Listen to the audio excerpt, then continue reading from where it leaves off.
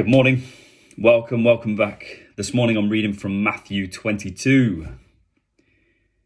Jesus spoke to them again in parables, saying, "The kingdom of heaven may be compared to a king who gave a wedding feast for his son.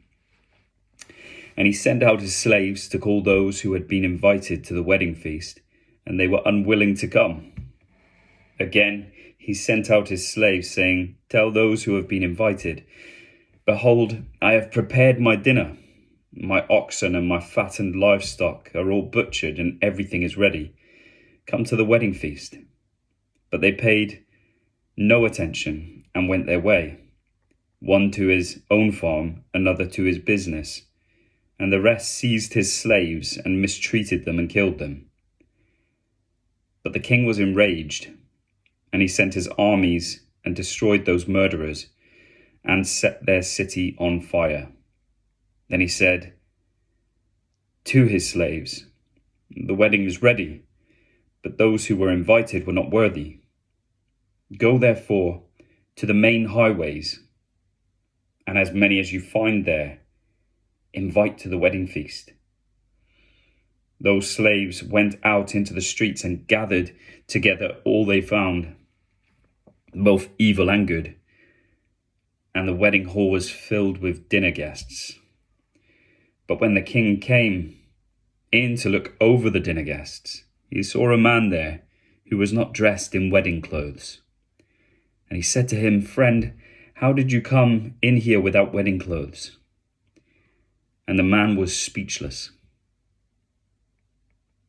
Then the king said to the servants, 'Bind him hand and foot, and throw him into the outer darkness.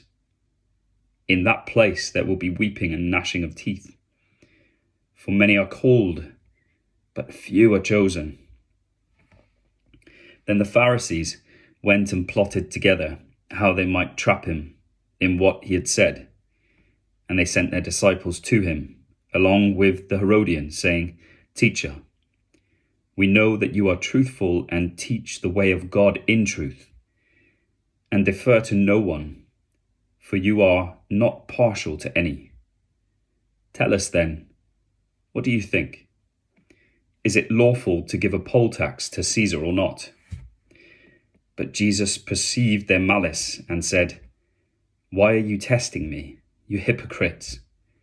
Show me the coin used for the poll tax.' And they brought him a denarius and he said, 'Whose likeness and inscription is this?' They said to him, 'Caesar's.' And he said to them, 'Then render to Caesar the things that are Caesar's, and to God the things that are God's.'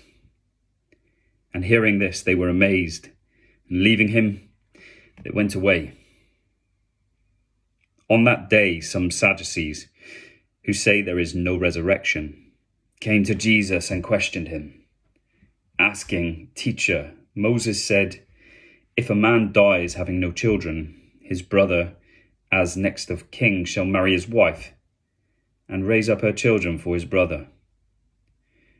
Now, there were 7 brothers with us, and the first married and died, and having no children, left his wife to his brother. So also the second and the third, down to the 7th. Last of all, the woman died. In the resurrection, therefore, whose wife of the 7 will she be? For they all had married her.' But Jesus answered and said to them, 'You are mistaken, not understanding the scriptures nor the power of God. For in the resurrection they neither marry nor are given in marriage, but are like angels in heaven. But regarding the resurrection of the dead, have you not read what was spoken to you by God? I am the God of Abraham, and the God of Isaac, and the God of Jacob. And he is not the God of the dead, but of the living.' When the crowds heard this, they were astonished at his teaching. But when the Pharisees heard that Jesus had silenced the Sadducees. They gathered themselves together. One of them, a lawyer, asked him a question, testing him. "Teacher, which is the great commandment in the law?" And he said to him, "You shall love the Lord your God with all your heart, and with all your soul, and with all your mind. This is the great and foremost commandment. The second is like it. You shall love your neighbor as yourself. On these two commandments depend the whole law and the prophets." Now, while the Pharisees were gathered together, Jesus asked them a question. "What do you think about the Christ? Whose son is he?" They said to him, "The son of David." He said to them, "Then how does David, in the Spirit, call him Lord, saying, 'The Lord said to my Lord, sit at my right hand, until I put your enemies beneath your feet'?